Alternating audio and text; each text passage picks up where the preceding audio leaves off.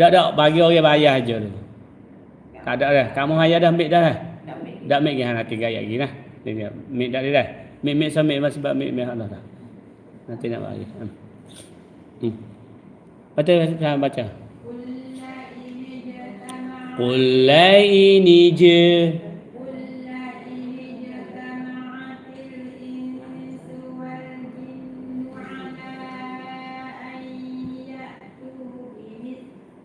Ayat tu.